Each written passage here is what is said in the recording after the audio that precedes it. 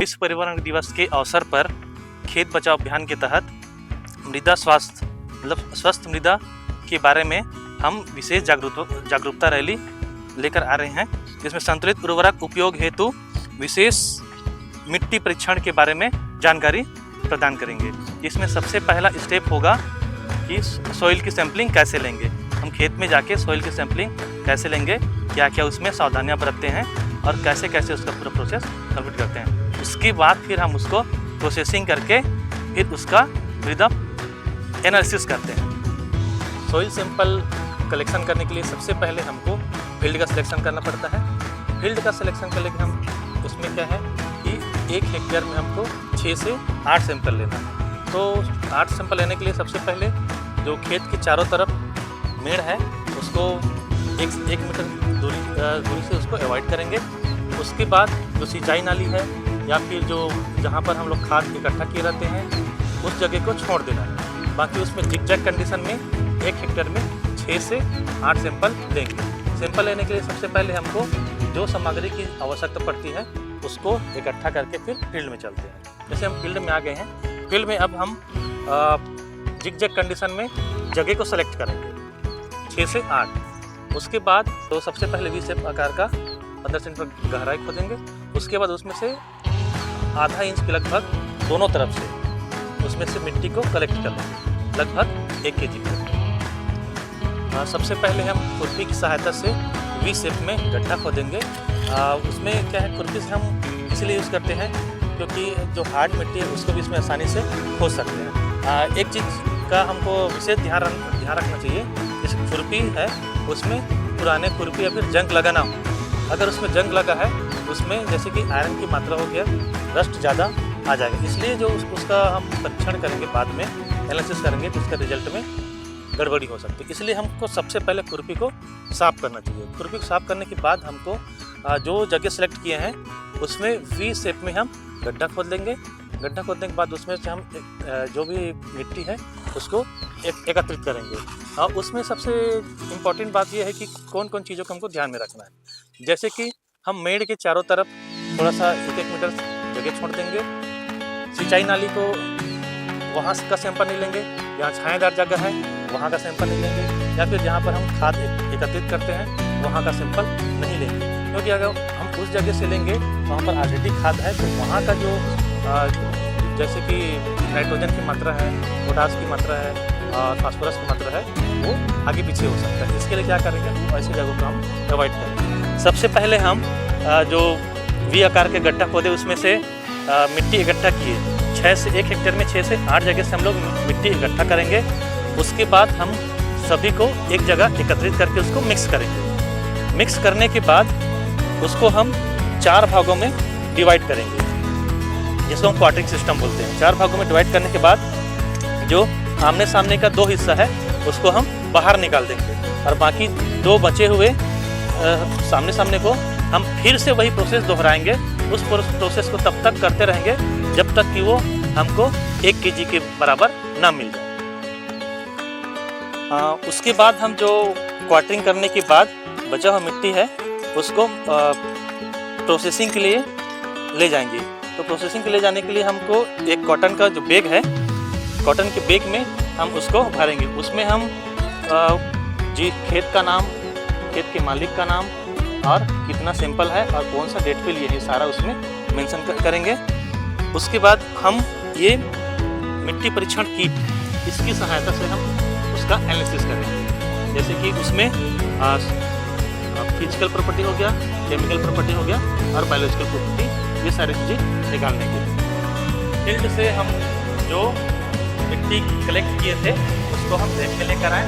उसमें 3 अलग अलग जगहों से 3 प्रकार के मृदा का कलेक्शन किए, हल्की भूरी कलर और काला कलर और रेड कलर।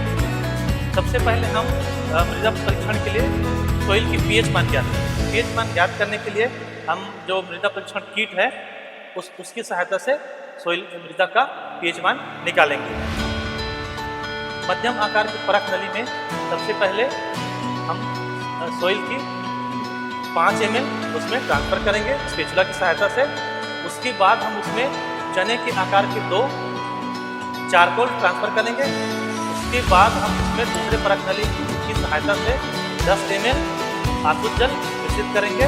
उसके बाद इसमें स्टॉप वॉच लगा देंगे। उसके बाद फिर हम उसको 5 मिनट तक, लगभग 4 से 5 मिनट तक उसका मिश्रित करेंगे।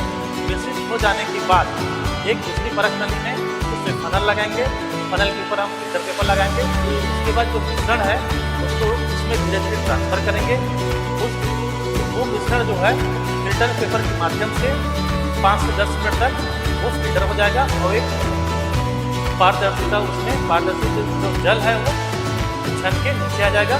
उसमें हम फिर pH1 जो बॉटल है उसमें से 0.5 ml रसायन को हम मिश्रित करेंगे। मिश्रण करने के बाद उसको हम हल्का सेक करेंगे। सेक करने के बाद फिर जो रंग मापक चार्ट है उसके समीप ले जाके हम उसमें मिलान करेंगे कि ये जो सोइल है उसका pH किस रंग मापक से मिलान हो रहा है। उसके बाद फाइनल हम उसको देख के किसी सोइल की pH का मान हम बता सकते हैं। जिस प्रकार से हम इसमें मृदा का pH ज्ञात करेंगे, ऐसे ही मृदा परीक्षण किट के द्वारा हम उसमें नाइट्रोजन, फास्फोरस और पोटास तीनों की मात्रा हम ज्ञात कर सकते हैं। इसको हम एक फायदा है कि हम तुरंत का तुरंत फील्ड में भी इसको हम निकाल के किसानों को बता सकते हैं। धन्यवाद। रंग मापक चार्ट की सहायता से हम जो उसमें मिलान किए उसमें 3 अलग अलग प्रकार की सोइल का, तीनों का जो रिजल्ट है अलग अलग। जैसे कि काले मिट्टी, उसका pH मान 8.5 के लगभग था और भूरी मिट्टी है, हल्की भूरी मिट्टी, उसका 7.2 के लगभग है। और जो हल्की रेड कलर की मिट्टी है उसका pH मान जो है 6 के लगभग आ रहा है। तो इसका मतलब ये है कि जो 7 से ऊपर pH मान है वो क्षारीय मृदा कहलाएगा और जो 7 से नीचे वाला है वो अम्लीय मृदा के लगभग आ रहा है। और जो एक है 7.2 के लगभग वो लगभग उदासीन मृदा के लगभग आएगा। तो इसका बेनिफिट ये रहता है जिसका pH मान 6 से 7.5 के बीच रहता है, उसमें सभी प्रकार के जो फसल है जैसे कि सब्जी है और अनाज वाली फसलें हैं और फ्लावर्स के लिए है, ये सभी उसमें आसानी से उगाया जा सकता है। लेकिन इसका pH मान 8.5 से ज़्यादा है तो उसमें कुछ क्रॉप के लिए वो हानिकारक सिद्ध होता है। वैसे ही pH मान 6 से है उसके लिए। मृदा में pH मान सबसे पहले निकालने के बहुत सारे फायदे भी रहते हैं। इससे ये है कि मृदा में कितना न्यूट्रिएंट की उपस्थिति है और जो हम उसमें रिकमेंड करते हैं कि कौन कौन से जो उर्वरक है किस प्रकार की मिट्टी में दिया जाना चाहिए। जैसे प्रॉब्लमेटिक सॉइल है, जैसे कि अम्लीय मृदा है उसमें नाइट्रेट वाला, और जो क्षारीय मृदा है उसमें सल्फेट वाला, इसका उपयोग नहीं करना चाहिए। इससे क्या है, सल्फेट वाला में उसका जो जिसका pH मान 8.5 से ज़्यादा है उसमें और भी उसका pH मान जो है ज़्यादा बढ़ते जाता है। इसकी वजह से जो भूमि की ऊपरी परत जो है वो कठोर होते जाती है क्योंकि उसमें साल्ट की मात्रा कहते हैं। उसके बाद उसमें जो न्यूट्रिएंट की मात्रा है वो प्लांट अपटेक नहीं कर पाते हैं और वो जो न्यूट्रिएंट है वो लॉस होते जाता है, जिससे किसानों को घाटा होता है। और जिसमें जो रिकमेंडेड उर्वरक है उस हिसाब से देना चाहिए। जैसे कि हम उसमें अमोनिया का उपयोग करते हैं तो उसमें प्लांट उसको आसानी से उपयोग कर लेगा, जिससे उर्वरक से होने वाले हानि से हम बच सकते हैं। हम किसान भाई को भी सलाह देते हैं कि pH मान के आधार पर और जो वैज्ञानिकों द्वारा जो भी रिकमेंड किया गया है उर्वरक के बारे में उसी आधार पर ही उतना मात्रा में उर्वरक का छिड़काव करें। मैं हमारे सभी किसान भाइयों से अनुरोध करता हूं कि अपने जो खेत की मिट्टी है उसका परीक्षण जरूर कराएं। उसके बाद हमारे जो वैज्ञानिक गण हैं उसके द्वारा सिफारिश की गई उर्वरक का ही उपयोग करें। इससे किसानों को आर्थिक लाभ होगा और मृदा की स्वास्थ्य भी अच्छा रहेगा, उत्पादन भी अच्छा रहेगा और जो उत्पादन लगातार लंबे समय तक बना रहेगा, जिससे किसानों को ज़्यादा फायदा होगा। धन्यवाद। मैं डॉक्टर सोमन सिंह ध्रुव, महात्मा गांधी उद्यानिकी एवं वानिकी विश्वविद्यालय के अंतर्गत संचालित उद्यानिकी महाविद्यालय एवं अनुसंधान केंद्र सांकरा में मृदा विज्ञान में सहायक प्राध्यापक के रूप में पदस्थ हूँ। धन्यवाद।